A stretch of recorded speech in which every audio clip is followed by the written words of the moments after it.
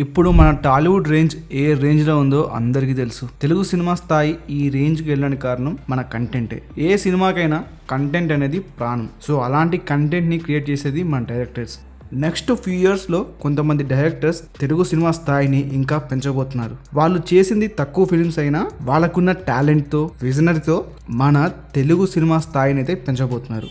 So వాళ్ళెవరు ఏంటి అనేది మనం ఈ వీడియోలో చూద్దాం. అంతకన్నా ముందు మీరు మన ఛానల్ని సబ్స్క్రైబ్ చేయండి. సబ్స్క్రైబ్ చేస్తే ఇలాంటి ఎన్నో మూవీ ఇన్ఫర్మేషన్స్ అనేవి మీ దగ్గరికి వస్తాయి. బుచ్చిబాబు ఉప్పెనతో మంచి సక్సెస్ని చూసిన బుచ్చిబాబు ఆ తర్వాత తన నెక్స్ట్ ఫిలిం అయితే ఇంకా చేయలేదు. చాలా గ్యాప్ తీసుకొని రామ్ చరణ్తో ఫిలింని అనౌన్స్ చేశాడు. అసలు బుచ్చిబాబు ఏంటి, రామ్ చరణ్తో ఫిలిం ఏంటి అని అందరు షాక్ అయ్యారు. ఈ సినిమా కాస్ట్ చూసాకైతే నాకైతే మైండ్ పోయింది. ఏఆర్ రెహమాన్, జాన్వీ కపూర్ ఇలా తోప్ స్టార్స్ని అయితే కాస్ట్ చేశాడు. రామ్ చరణ్ ఈ ఫిలింని ఓకే చేశాడంటే డెఫినెట్గా సినిమాలో ఏదో మ్యాజిక్ ఉంది అని చెప్పొచ్చు. డెఫినెట్గా ఈ సినిమా అయితే సౌండింగ్ మామూలుగా చేయదనిపిస్తుంది.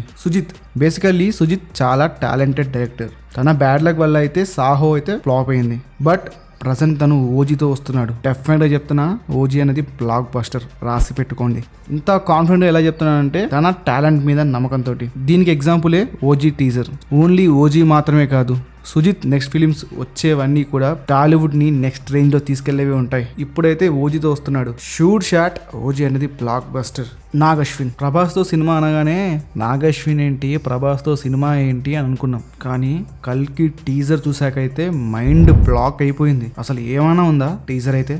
సో దాంతో అయితే నాగి ఒకటి క్లియర్గా చెప్పాడు, నేను తీసేది పాన్ ఇండియా ఫిలిం కాదు, ఇంటర్నేషనల్ ఫిలిం. ఈసారి సౌండ్ ఇక్కడ చేస్తే వరల్డ్ వైడ్ మొత్తం వినిపించాలని క్లియర్గా చెప్పాడు. ఈ సినిమా అయితే తెలుగు ఫిలిం ఇండస్ట్రీ స్థాయిని మాత్రమే కాదు, ఇండియన్ ఫిలిం ఇండస్ట్రీ స్థాయిని ఎక్కడికో తీసుకెళ్తుంది. దాంట్లో డౌటే లేదు. కల్కి అనేది ఓ ట్రెండ్ సెట్టర్. క్లిక్ అయితే మాత్రం మామూలుగా ఉండదు. సో ఇది గాయ్స్, వీళ్ళకున్న ఎక్స్పీరియన్స్ తక్కువే కావచ్చు, కానీ వీళ్ళకున్న టాలెంట్తో, విజనరీతో అయితే మన తెలుగు సినిమా స్థాయిని ఇంకా ముందుకు తీసుకెళ్తారనుకుంటున్నా.